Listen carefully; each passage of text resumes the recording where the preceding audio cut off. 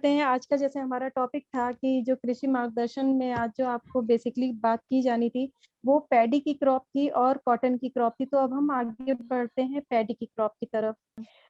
देखिए, अब ये सबको नोट डाउन करने वाली चीजें हैं कि आप इसका नोट डाउन कर लीजिए कि पैडी की स्टेजेस क्या क्या होती हैं और किसान ग्रो के कौन कौन से प्रोडक्ट किस स्टेज में यूज करने हैं, जिससे कि ज्यादा से ज्यादा हमें क्रॉप मिल सके, ज्यादा से ज्यादा प्रोडक्शन मिल सके। ठीक है। और उनको जो है उससे किसानों को और क्या क्या लाभ मिल सकते हैं, इसलिए आपको सबसे पहले स्टेजेस को समझना बहुत जरूरी है। जैसे जो लोग पैडी वाले क्षेत्रों में अभी हैं और इस मीटिंग में जो लोग कनेक्टेड हैं उनको पता होगा कि इंडिया में वेस्ट बंगाल हाईएस्ट पैडी पैदा करता है। वेस्ट बंगाल एक ऐसा राज्य है जहां पर भारत का सबसे ज्यादा प्रतिशत पैडी का उत्पादन किया जाता है। उसके बाद उत्तर प्रदेश, उसके बाद आंध्र प्रदेश, पंजाब, बिहार, उड़ीसा, छत्तीसगढ़, आसाम, तमिलनाडु, हरियाणा, ये एक ऐसे स्टेट हैं। अगर इस ट्रेनिंग सेशन में जो लोग इन स्टेट को बिलोंग करते हैं वो लोग जरूर से याद रखें कि आपके यहाँ पैडी का सीजन, क्योंकि प्री मानसून स्टार्ट हो गया है। प्री मानसून स्टार्ट होने के बाद से ही नर्सरीज तैयार करनी चालू कर दी जाती हैं, जो कि पैडी की फर्स्ट स्टेज कही जा सकती है या प्री प्राइमरी स्टेज जिसको कि हम कहते हैं। तो नर्सरी लगानी किसानों ने चालू कर दी है। अब नर्सरी में हम कौन कौन से प्रोडक्ट्स अपने यूज कर सकते हैं, जैसे अब मैंने आपको बताया कि सबसे पहले हम नर्सरी स्टेज की बात करते हैं। तो नर्सरी स्टेज में आपको जो प्रोडक्ट यूज करने हैं वो है किसान ह्यूमिक। जब हम सीड सोइंग जब कर रहे होते हैं तो हमें सीड की ड्रेसिंग करने के लिए किसान ह्यूमिक का यूज करिए। और उसके साथ साथ जब फर्स्ट कल्टीवेशन नर्सरी जब किसान नर्सरी तैयार करता है तो वो सीड्स को रेडी करता है। तो नर्सरी के टाइम पे आप किसान ह्यूमिक का यूज करवाइए। टॉप मतलब कि जो सीड की ड्रेसिंग है, मतलब जो आपको बताया गया है कि 1 किलो बीज में, यानी 1 किलो सीड में आपको 5 ml से उसकी कोटिंग करनी है और देन वो नर्सरी के लिए सीड की सोइंग कर सकते हैं। तो किसान ह्यूमिक नर्सरी स्टेज में सबसे इफेक्टिव प्रोडक्ट है मैम। ಸೊ ಈ ಒಂದು ಪ್ರಾಡಕ್ಟ್ ಸೊ ಈ ಪ್ಯಾಡಿಯಲ್ಲಿ ಏನಿದೆ, ಭತ್ತದಲ್ಲಿ ಏನಿದೆ, ಸೊ ಇವಾಗ ಏನು ಸೀಡ್ಸ್ ಅಂದ್ರೆ ನರ್ಸರಿ ಟೈಮ್ ಅಲ್ಲಿ ಸೊ ನಾವು ಕಿಸಾನ್ ಹ್ಯೂಮಿಕ್ ಪ್ರಾಡಕ್ಟ್ ಅನ್ನ ಉಪಯೋಗಿಸಬಹುದು. ಕಿಸಾನ್ ಹ್ಯೂಮಿಕ್ ಪ್ರಾಡಕ್ಟ್ ಅನ್ನ ಹೇಗೆ ಉಪಯೋಗಿಸ್ಬೇಕು ಅಂತ ಹೇಳಿದ್ರೆ, ಬೀಜೋಪಚಾರದಲ್ಲಿ ನೀವು ಇದನ್ನ ಉಪಯೋಗಿಸಬಹುದು. ಸೊ ಬೀಜೋಪಚಾರ ಅಂತ ತಗೊಂಡಾಗ 1 kg ಬೀಜಗಳನ್ನ ನೀವು ತಗೊಂಡ್ರೆ ಅದಕ್ಕೆ ನೀವು 5 ml ಅಷ್ಟು ಕಿಸಾನ್ ಹ್ಯೂಮಿಕ್ ಪ್ರಾಡಕ್ಟ್ ಅನ್ನು ಉಪಯೋಗಿಸಿ ಅದ್ರ ಜೊತೆ ಚೆನ್ನಾಗಿ ಮಿಕ್ಸ್ ಮಾಡಿ ಅದಾದ ನಂತರ ನೀವು ಉಪಯೋಗಿಸಬಹುದು. नर्सरी स्टेज से अब हम आगे बढ़ते हैं। तो जो स्टेजेस आप जब अभी आप स्लाइड पे देख पा रहे हैं कि ट्रांसप्लांट की स्टेज होती है, उसके बाद में प्राइमरी टिलर डेवलपमेंट की स्टेज होती है, फिर सेकेंडरी टिलर डेवलपमेंट की स्टेज होती है जिसको कि हम स्टेम इलोंगेशन भी बोलते हैं, जहाँ पर तना विकसित होता है पैडी का। उसके बाद की जो वेजिटेटिव स्टेज आती है, फिर उसके बाद आप जब और आगे बढ़ते हैं तो वहाँ पर बूटिंग स्टेज आती है। उसके बाद फिर फ्लावरिंग की स्टेज आती है। फ्लावरिंग मतलब कि जहाँ से बालियों का बनना चालू होता है। फिर उसके बाद मिल्क स्टेज, जहाँ से बालियों के अंदर दाना पड़ना चालू होता है। 2 स्टेज जहाँ पर कि बालियों के अंदर पूरा दाना तैयार हो जाता है। उसके बाद जो स्टेज आती है वो मैच्योर स्टेज, जहाँ पर कि दाना पूरा पक जाता है, यानी पैडी पूरी तरह से सूख करके दाना तैयार हो जाता है अंदर। उसके बाद हार्वेस्टिंग की स्टेज आती है। तो अभी तक आपने नर्सरी की स्टेज देखी। पैडी में एक चीज बहुत ज्यादा ध्यान रखने लायक है कि पैडी हमेशा जब उसका प्लांटेशन किया जाता है तो खेतों में पानी भर करके उसका प्लांटेशन किया जाता है। तो आपको ये ध्यान रखना है कि जब भी आप किसान भाइयों से मिले तो उनको जब खेत का जब वो कल्टीवेशन करते हैं तो उसी स्टेज पे किसान एचएपी ग्रेनुअल का यूज करवा देना है, ताकि उसके बाद जब खेतों में पानी भरा जाए तो किसान ह्यूमिक पूरी तरह से मेल्ट हो जाए और सॉरी किसान एचएपी ग्रेनुअल पूरी तरह से मेल्ट हो जाए और उसके मिलने वाले जितने भी लाभ हैं वो ऑलरेडी मिट्टी में मौजूद रहें, जिससे कि प्लांटेशन के टाइम पे पौधे को पूरा सपोर्ट मिल सके। ध्यान रखने की बात यह है कि किसान एचएपी ग्रेनुअल का यूज तभी करवाना है जबकि खेतों में पानी ना हो, और उसका यूज आप एक बार भी अगर करवा देते हैं तो भी इनफ है। वो भी सिर्फ प्लांटेशन से पहले ही, मतलब नर्सरी और प्लांटेशन के बीच का जो टाइम होता है उसके बीच में किसान एचएपी ग्रेनुअल का यूज करवाया जा सकता है। लेकिन अगर एक बार खेतों में पानी भर गया और प्लांटेशन का काम स्टार्ट हो गया तो उसके बाद एचएपी ग्रेनुअल का यूज बिल्कुल भी नहीं करवाना है। अब हम आगे बढ़ते हैं कि जब हमारे प्लांटेशन को 25 से 30 दिन हो जाते हैं, तो 25 से 30 दिन के बाद में जब खेतों में पानी कम हो जाता है तो उसके बाद में हम जब सेकंड पानी लगाने की हमारी बारी आती है, तो सेकंड पानी लगाने से पहले ही हमको जो अपना किसान 100 है उसको पानी लगाने के साथ भी दिया जा सकता है, और उसको और ह्यूमिक को पानी में एक साथ मिक्स करके भी दे सकते हैं। मतलब जब सेकंड पानी यानी कि जब प्लांटेशन के 25 से 30 दिन के बाद में पानी में मिक्स करके आपको किसान ह्यूमिक और किसान 100 का यूज करना है। इसके बाद जब हम थर्ड अपने प्रोडक्ट्स की बात करते हैं देने की, तो जैसे ही ट्रांसप्लांटेशन कंप्लीट होता है, प्राइमरी टिलर डेवलप हो जाता है और सेकेंडरी टिलर जब डेवलप हो जाता है, तो अगर हम कॉम्बिनेशन में प्रोडक्ट देना चाहें तो किसान गोल्ड ग्रोथ और किसान 100 और इन दोनों प्रोडक्ट को एक साथ मिला करके दे सकते हैं। इसके बाद की जब हम स्टेज पे जाते हैं तो हम देखते हैं कि मतलब ऑलमोस्ट 35 टू 40 डेज के बाद में जैसे हमारी इलोंगेशन की स्टेज स्टार्ट होती है, तो इलोंगेशन के टाइम पे हमको बहुत ध्यान रखना है, क्योंकि पानी कई बार लग चुका होता है पैडी में, तो फंगल इन्फेक्शन बहुत ज्यादा बढ़ रहा होता है। तो फंगल इन्फेक्शन रोकने के लिए हमको बायो प्रोटेक्ट का यूज करवाना है। कम से ओके। कम 2 पानी जब लग चुके हों उसके बाद जब तीसरा पानी लगने वाला हो तो उसके साथ ही हमको किसान बायो प्रोटेक्ट का यूज करवाना। यहाँ पर ये ध्यान रखने वाली बात है कि आपको किसान बायो प्रोटेक्ट को किसी भी पोषण की कैटेगरी के प्रोडक्ट के साथ मिक्स नहीं करना है। किसान बायो प्रोटेक्ट सिर्फ और सिर्फ किसान 100 के साथ में मिक्स करके पैडी में दिया जा सकता है। बूटिंग स्टेज के बाद, बूटिंग स्टेज किसको बोलते हैं, जहाँ पर पैडी पूरी तरफ से सिर्फ प्लांट डेवलप होता है और फ्लावरिंग की स्टेज के पहले तक की जो स्टेज होती है, तो जब ऑलमोस्ट 35 टू 40 डेज के बाद में, मतलब पूरे प्लांटेशन के पीरियड की मैं साइकिल की बात कर रही हूँ कि उसमें आपको ध्यान रखना है कि कब कब कौन कौन सी स्टेज आ रही है। जैसे आप अभी ऊपर चार्ट पे देख पा रहे हैं कि जो प्लांटेशन वाली जो मतलब जो वेजिटेशन पीरियड होता है वो 60 से 100 दिन का टाइम देता है। उसके बाद के जो 35 से 40 दिन के टाइम होते हैं उनमें आपकी फ्लावरिंग स्टेज आनी चालू हो जाती है। तो फ्लावरिंग स्टेज के पहले जो एंटी फ्लो है और किसान अपना जो अमीनो विट है उसका आपको यूज करवाना है। किसान एंटी फ्लो और किसान अमीनो विट का एक साथ में मिक्स करवा करके यूज करवाना है। इसके बाद जब हम आगे बढ़ते हैं कि जब राइपनिंग पीरियड स्टार्ट हो जाता है, यानी कि जहाँ से मिल्क स्टेज और डो स्टेज स्टार्ट होती है, तो उस टाइम पे अगेन हम जाते हैं किसान ह्यूमिक और किसान गोल्ड ग्रोथ को किसान 100 के साथ में मिक्स करके देना है। Okay, reason ma'am? क्योंकि जो अपना जो गोल्ड ग्रोथ है ना, गोल्ड ग्रोथ दाने की क्वालिटी को सही करेगा, मतलब कि जो दाना है वो प्रॉपर वेट और साइज को पूरा गेन करने में मदद करेगा। ठीक है, तो मतलब पैडी के लिए इसलिए जो अपना गोल्ड ग्रोथ है उसकी क्वालिटीज हैं कि वो प्रॉपर शेप और साइज पे काम करता है। और किसान 100 इसलिए क्योंकि वो पौधों में जो है पूरी तरह से दवा को पूरे फैलाने का काम करता है। यहाँ पर किसान 100 एज अ स्प्रेडर काम करेगा। ठीक है, फोलियर स्प्रे में देना, और किसान ह्यूमिक ताकि जो नीचे से जो मिट्टी से मिलने वाले पोषण है वो प्रॉपर तरीके से पौधे को मिल सके।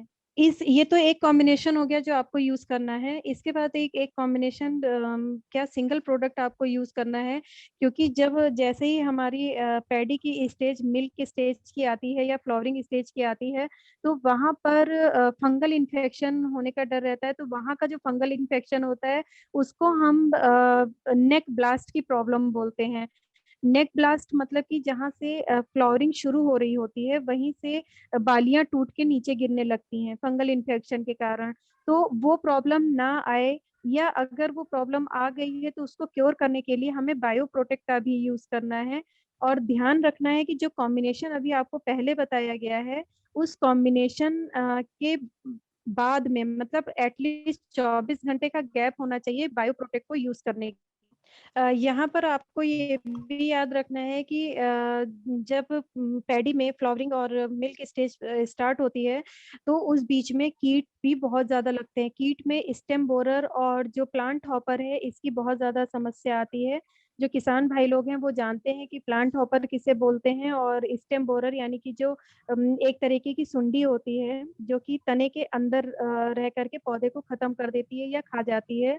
तो जब भी कीटनाशक का प्रयोग कर रहे हैं, तो प्लीज उसके साथ में कभी भी फफूंद नाशक यानी कि अपना बायो प्रोटेक्ट को कीटनाशक के साथ भी मिक्स नहीं करना है। ओके, अब हम नेक्स्ट क्रॉप की तरफ बढ़ते हैं, जो कि है हमारी कॉटन की क्रॉप। तो कॉटन के स्टेजेस भी ऑलमोस्ट सेम होते हैं, लेकिन उनके नाम दूसरे हो जाते हैं। यहाँ पर भी सबसे पहले सीड सोइंग होती है।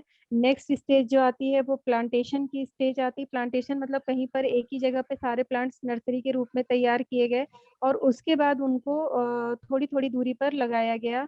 उसके बाद जो है लीफ की जो आप देख रहे हैं कि जैसे पूरी पत्तियों के विकास की जो एक स्टेज है वो स्टार्ट होती है। उसके बाद फर्स्ट बड की स्टेज स्टार्ट होती है, देन कॉटन बड। तो अभी हम ये जो हमारी 5 स्टेजेस हैं, पहले हम इन पे बात करते हैं मैम, हाँ, जिसके साथ में इंटीग्रेटेड कुछ फसलों का उत्पादन भी किया जाता है।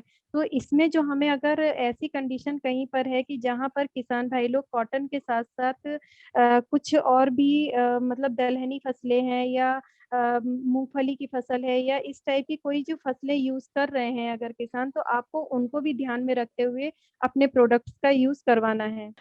जैसा कि सभी लोग जान रहे हैं इस चीज को कि भारत जो है वो वर्ल्ड का दूसरा सबसे बड़ा कपास उत्पादक देश है। वर्ल्ड वाइड अगर हम देखने जाएंगे, तो भारत दूसरे नंबर पे कंट्री आती है जो कि सबसे ज्यादा कॉटन का उत्पादन करती है। कॉटन में जो मेजर प्रॉब्लम आती है वो शुरुआत हो जाती है आपकी सीड को लेकर के। जो अपने बीज होते हैं कॉटन के, अगर उनका उपचार सही से नहीं किया जाता है, तो कॉटन में अनेकों तरह के रोग लग जाते हैं। तो सबसे ज्यादा जरूरी है कि बीजों का जब उपचार किया जाए, तो इसके बीजों का उपचार अपने बायो प्रोटेक्ट के साथ में किया जाए। अब यहाँ पर हमें अपने और प्रोडक्ट्स का यूज कैसे करना है। देखिए, जब हम अपने किसान ह्यूमिक का यूज करते हैं और किसान एचएपी ग्रेनुअल का यूज करते हैं, तो उसको सोइंग से 3 हफ्ते या 4 हफ्ते पहले हमको अपना एचएपी ग्रेनुअल का यूज करना है। या तो डायरेक्ट ब्रॉडकास्टिंग कर सकते हैं मैम, ब्रॉडकास्टिंग आप समझ रही होंगी। और या फिर उनको हम काऊ डंग में मिला करके, यानी कि जो पके हुए गोबर की खाद होती है उसमें मिला करके हम खेतों में डाल सकते हैं बुआई से पहले। इसके बाद जब इसके आगे की स्टेज में हम बढ़ते हैं, जबकि जहाँ पर आप देख रहे होंगे कि इसमें जहाँ पे कॉटन बड्स बनने चालू होते हैं, या फर्स्ट बड जब बननी चालू होती है, तो फर्स्ट बड बनने की स्टेज में हमको अमीनोविट और एंटी फ्लो का यूज करना है यहाँ पर, और किसान 100 के साथ में। आगे जब हम बढ़ते हैं, जैसे आगे की स्टेजेस में हम आते हैं जहाँ पे कॉटन की बड्स पूरी तरह से तैयार हो चुकी होती हैं, वहां पर उनमें कॉटन की ब्लॉसम स्टेज स्टार्ट हो जाती है। मतलब फ्लावर के जो है बनने की या खिलने की जो स्टेज चालू हो जाती है, उस जगह पर भी आप एंटी फ्लो, क्योंकि आप पहले से यूज कर चुके हैं, लेकिन उसके 25 से 30 दिन के बाद में आपको सेम कॉम्बिनेशन का सेकेंड डोज यूज करना है। मैम, इसमें इस कॉम्बिनेशन में हम जो हमारा फ्रू मैच्योर प्रोडक्ट है उसको भी हम इसमें मिक्स करके डाल सकते हैं इस कॉम्बिनेशन में। सेम ये जो कॉटन ब्लॉसम ओके, की जो स्टेज है, मतलब जो टिंडे, इसको हिंदी में बोलते हैं टिंडा खिलने की स्टेज, मतलब जो बर्ड्स बने उनके जब खिलने की स्टेज होती है, तो वहां पर हम जो है फ्रू मैच्योर का भी यूज कर सकते हैं। अब आगे बढ़ते हैं कॉटन बॉल। बेसिकली जैसे आप देख रहे हैं कि जो कॉटन ब्लॉसम की लास्ट जो एक इमेज दिख रही है, उसके बाद में कॉटन बॉल की स्टेज आती है। जब ये स्टेज चालू होती है, तो यहाँ पर भी हम अपना जो हमारा बायो प्रोटेक्ट है वो हमें डालना जरूरी होता है, ताकि हर तरह के ब्लाइट और फंगल इन्फेक्शन से पौधे की रक्षा की जा सके। पहली चीज, मैम पहले आप इतना बताइए फिर आगे बढ़ूँ। अब जब ये कॉटन बॉल की स्टेज आती है, तो यहाँ पर हमें एक कॉम्बिनेशन और यूज करना है। कॉटन बॉल की स्टेज मैं आपको बता देती हूँ कि ये वाली जो स्टेज है अभी आपको दिख रही है, जब इस तरीके से आपको नजर आए, तो एक तो आपने बायो प्रोटेक्ट का यूज किया ताकि पौधे पे जो है फंगल इन्फेक्शन या फंगल डिजीज जो हो रही हैं वो ना हो। सेकेंडली, यहाँ पर हमें फ्रू मैच्योर और गोल्ड ग्रोथ का यूज करना है। मतलब सेकंड जो कॉम्बिनेशन है वो अपना किसान गोल्ड ग्रोथ और फ्रू मैच्योर का कॉम्बिनेशन यूज करना है। आप लोगों को ध्यान रखना है कि जब कॉटन बॉल जब क्रैक होती है, जब अंदर से मतलब कॉटन पूरी तरह से बनने की प्रोसेस होती है, तो उस स्टेज पे हम ज्यादा प्रोडक्ट्स का यूज नहीं कर सकते हैं। तो आपको जो भी प्रोडक्ट के यूज करने हैं वो कॉटन बॉल बनने तक की स्टेज पे यूज करने हैं, ठीक है। इसके बाद जब हम चलते हैं, यहाँ पर आप देख रहे हैं कि कॉटन में जो प्रॉब्लम्स आती हैं, सबसे पहली प्रॉब्लम होती है जड़ गलन रोग, जिससे कि जड़ें जो है वो गलनी चालू हो जाती हैं। और वो एक तरह का फंगल इन्फेक्शन ही होता है। उसकी पहचान आप देखेंगे कि जो जड़ें हैं वो नीचे नीचे से पूरी तरह से गल गई हैं और ऊपर का पौधा मुरझा करके पूरा पौधा खत्म हो जाता है या पूरी तरह से सूख जाता है। ये एक पहचान है। अगर इस टाइप की प्रॉब्लम आ रही है तो वहां पर आप फंगी जो अपना बायो प्रोटेक्ट है उसका यूज करवाइए। इसके बाद दूसरी पहचान, मैम इतना आप करोगे कंटिन्यू? जी, जी, जी। आप जी, थोड़ा वो स्लाइड वहाँ पे ये स्लाइड कीजिएगा, जैसे कि वो कॉटन बॉल आपने बताया था। ये वाली जो स्टेज आ रही होती है जहाँ से कॉटन की सीडलिंग स्टार्ट होती है, मैम यहाँ से वो ही समझ जड़ में आ गलन गया। का रोग 1 आना मिनट, चालू हो जाता है। 1 मिनट मैम, मैं वो कॉटन बॉल का जो आपने स्टेज बताया था ना, वो आप बताइए ताकि मैं एक्सप्लेन कर सकूँ। कॉटन की जब ये स्टेज आती है जहाँ से हुँ, लीव्स का डेवलपमेंट शुरू होता है, यहाँ पर कॉटन में एक बहुत ही कॉमन रोग है जिसको कि झुलसा रोग बोलते हैं हिंदी में। झुलसा रोग माने एक तरीके की ब्लाइट की प्रॉब्लम होती है। ब्लाइट ओके, भी एक तरह का फंगल इन्फेक्शन होता है। तो जब ओके। पत्तियां आनी चालू होती हैं तो यहाँ पर झुलसा रोग चालू हो जाता है। हुँ, उसकी हुँ। पहचान होती है कि जो कॉटन की पत्तियों में जो वेन्स होती हैं, जो मतलब कोशिकाएं होती हैं पत्तियों की, वो फूली हुई नजर आने लगती हैं। वो थोड़ी सी मतलब उभरी हुई ज्यादा नजर आने लगती हैं। और वहां पर ब्राउन कलर के और ब्लैक कलर के स्पॉट्स दिखने चालू हो जाते हैं। धीरे धीरे वो स्पॉट जो है ब्लैक पड़ते हैं और वो इन्फेक्शन धीरे धीरे पूरे पौधे में फैल जाता है और पौधा पूरी तरह से खत्म हो जाता है। तो ये पहचान है। अगर आपको ये सिम्टम्स दिख रहे हैं तब भी आप सिर्फ बायो प्रोटेक्ट का यूज करिए। और इसी स्टेज के साथ साथ में एक दूसरी प्रॉब्लम आती है कॉटन में। वो भी बहुत ही मेजर प्रॉब्लम है जिसको कि हम कर्ल वायरस के नाम से जानते हैं या पत्ता मरोड़ की प्रॉब्लम हिंदी में बोलते हैं। तो हुँ, जैसे अभी हुँ। कर्ल वायरस जब प्लांट गार्ड के बारे में आपको बताया जा रहा था, तो वहां पे कर्ल वायरस को पहचानने की आपको एक टेक्निक दी गई थी। अगर उस तरह से पत्ता फोल्ड भी हो रहा है साथ साथ, तो यानी कि वहां पर वायरस का भी अटैक है। तो उस कंडीशन में प्लांट गार्ड का यूज करना है। अब यहाँ पर आपको एक चीज ध्यान रखनी है कि अगर जड़ गलन का रोग या जैसे अभी जो मैंने ब्लाइट की प्रॉब्लम बताई, वो और वायरस एक साथ आ रहा है, तो आप अपना बायो प्रोटेक्ट, प्लांट प्रोटेक्ट और किसान 100, ये तीनों प्रोडक्ट का कॉम्बिनेशन बना करके यूज कर सकते हैं। और अगर प्रॉब्लम ज्यादा है, ब्लाइट की प्रॉब्लम और मतलब फंगल इन्फेक्शन या वायरस की प्रॉब्लम ज्यादा है, तो आप हर 15 से 20 दिन के इंटरवल टाइम पर सेम कॉम्बिनेशन को रिपीट करते रहिए। Yes ma'am. अब यहाँ पर आप जाते हैं, जब जैसे ये स्टेज स्टार्ट होती है या कॉटन बड की स्टेज स्टार्ट होती है, तो इसके अंदर सुंडी की भी प्रॉब्लम आती है। तो सुंडी की प्रॉब्लम के लिए अपने प्रोडक्ट के साथ में अगर किसी को सजेस्ट करना है तो आप उनको नीम एक्सट्रैक्ट सजेस्ट कर सकते हैं डालने के लिए, या मार्केट में कोई भी ऑर्गेनिक पेस्टिसाइड अगर अवेलेबल है तो आप किसान भाइयों को बोल सकते हैं कि अपनी लोकल मार्केट से कोई भी ऑर्गेनिक पेस्टिसाइड यूज कर सकते हैं जिससे कि कीटों की समस्या का समाधान हो सके। यहाँ पर एक चीज याद रखनी है कि कॉटन की फसल के लिए हर हल्की सी जो पीएच लेवल है वो खारा होना चाहिए, अम्ली होना चाहिए। तो वहां पर किसान ह्यूमिक का यूज बहुत ज्यादा नहीं करना है, ओके, क्योंकि किसान ह्यूमिक पीएच को बैलेंस करता है और कॉटन की फसल के लिए हमें हल्का सा अम्ली मिट्टी की जरूरत होती है। ये सारे प्रोडक्ट के कॉम्बिनेशन थे और ये सारी स्टेजेस और उनमें लगने वाली मेन प्रॉब्लम और कैसे कैसे प्रोडक्ट का यूज करना है। आई होप आप सब लोगों को ये कॉम्बिनेशन समझ में आ गए होंगे और स्टेजेस समझ में आ गई होंगी।